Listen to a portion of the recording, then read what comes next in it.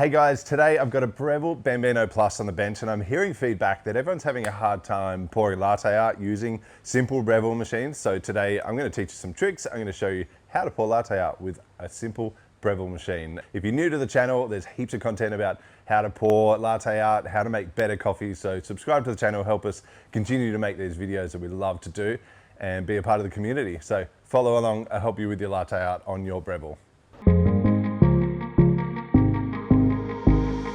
All right, so firstly, we're gonna need to pull some shots. And of course, the first thing you gotta think about is having some good coffee beans. So if you haven't got some Artisti at home, grab yourself some beans. Today I'm gonna use a Champion blend. Beautiful coffee that just cuts through milk so nicely and it just works really well with Breville machines. You'll love the flavor and the taste of that one. I'm gonna go with a 16 gram dose. Like this Breville Bambino Plus just has a smaller basket on it. So we'll go with a 16 gram dose in here. Load this one up. This is the single dose DF54. Beautiful little home grinder. Single dose means I'm not going to have a hopper full of coffee. I'm not having to clear out between shots if I'm making grind changes. I do have a little upgrade here. This is a Rhinoware 53 ml. But I haven't quite got the upgrade on the dosing pot. There goes a gram. We're gonna keep it real today. This is as real as you making coffee at home. So nothing too fancy today. I'm not trying to not make it too tricky. We basically just want to get all the coffee in the basket, collapse it down. Of course, we should be spending more time in distribution. I really hate all those clumps, but let's just move on as if you're making yourself your first coffee of the day. Gotta go clean up after myself though. All right, firstly, we've got our coffee. I do just want to run some water through. If you don't run that initial water, it can be a little bit cold and you get that steam burst. That's actually going to affect your shot. So 16 grams in and not weighing my out because I'm just going to hit the programming button that's already there. No shot timers on these machines, but we should be able to see a nice simple drop. Nice rich flavors. I could probably go a little bit finer on that for sure. Running a bit faster. On a machine like this, I wouldn't expect those kind of 30-second extractions like you hear us talk about commercially. I'd be more inclined to see maybe a 20 to 25-second extraction. But, God, I've seen it a lot worse. That is still nice and silky and delicious. All right, so there's our shot. Now, I'm going to use the standard jug that comes with the machine. And this is the Pro model, so we're going to, it's got its auto steam function. So I can go up by heat, 1, 2, 3, or froth levels, 3 different levels there. And then we'll just hit this.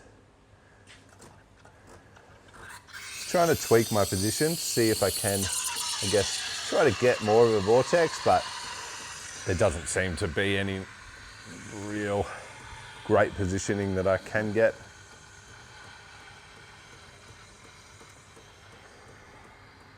The beauty of these machines is more so just the price is much more affordable. If you're not up to speed with spinning milk, it is surprisingly good at milk for something that's just doing it for you. So being able to adjust your temperatures is a nice thing as well, because if you're new to milk, it definitely is a bit harder. But even if you've been practicing and you just want to get better at latte art, you still can do good latte art on these machines. So I'll pull that out, make sure I give that a good clean, and when I send it down, that'll purge for me. So have a look at this. Top out those bubbles before I spin. We always spin. We're always spinning right before we pour. Now, when I started, my milk was just under the spout.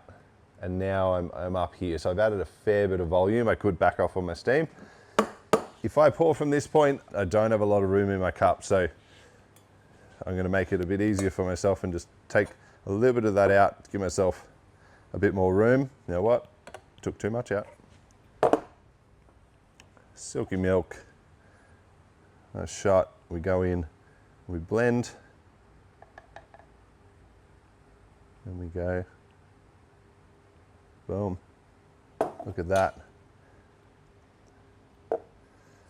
That You could serve in a cafe, but you're going to enjoy that in your home. So there you go, proven wrong.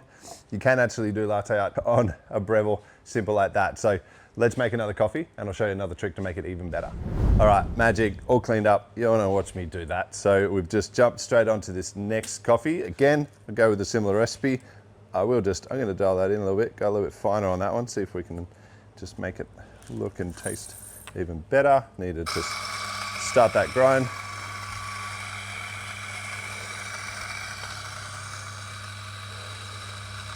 So when you are doing latte art, have a think about what cup you're going into. You might be having a hard time because you're pouring into something with really straight walls, so definitely consider choosing a better cup.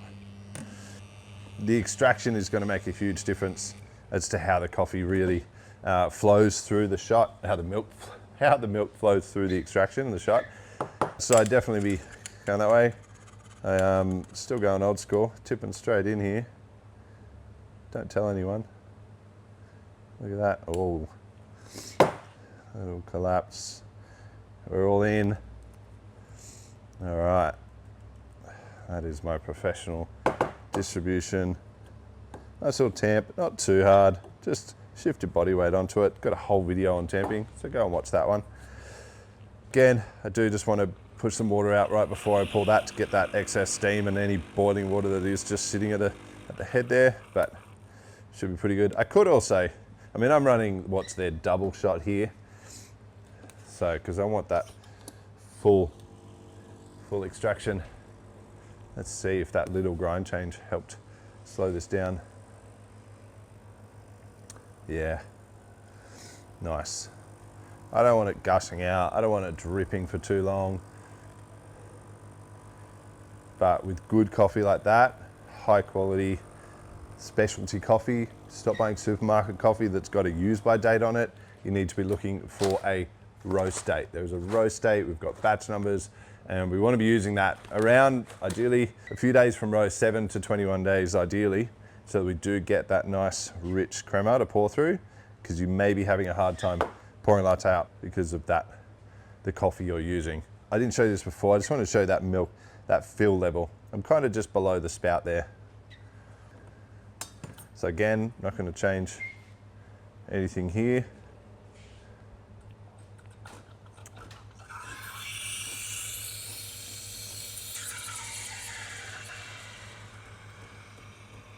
So when you buy these machines, there's a few little accessories that you can upgrade. You can do better temps. It depends on your portafilter size, and you can keep improving on the extraction side of things. Definitely buying good quality coffee is going to be a big part of it as well.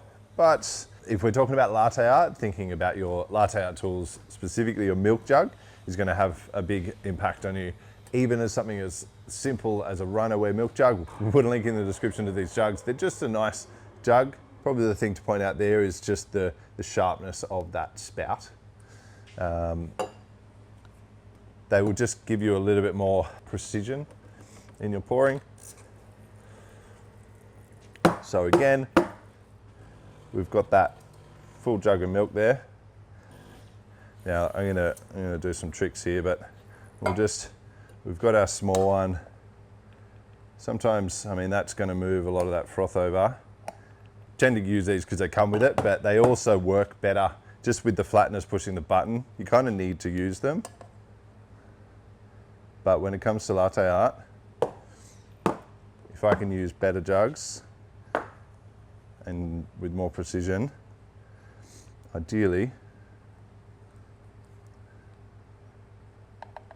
I should actually be able to get an even more defined pattern there. Look at that. That is an improvement again on the second one. Now, beautiful. Look at that. That is latte art on a Breville machine. Look at my mess. I'm gonna get fired from the cafe, but there we are. Just making coffees at home. A simple little milk jug upgrade like that can help you with your Breville latte art as well. So definitely check out the comments. People jump in there and let us know if these tips have helped you, if there's anything with your Breville machines, whether it's this model or any of the dual boilers or something that's going to help with everyone's latte art. We've done heaps of content on how to make silky smooth milk, how to make great latte art, and get the right consistency to pour really nicely with. So check out the back catalogue of videos for you there. Hopefully this has been helpful, and I will see you next time. Thanks for watching. Bye.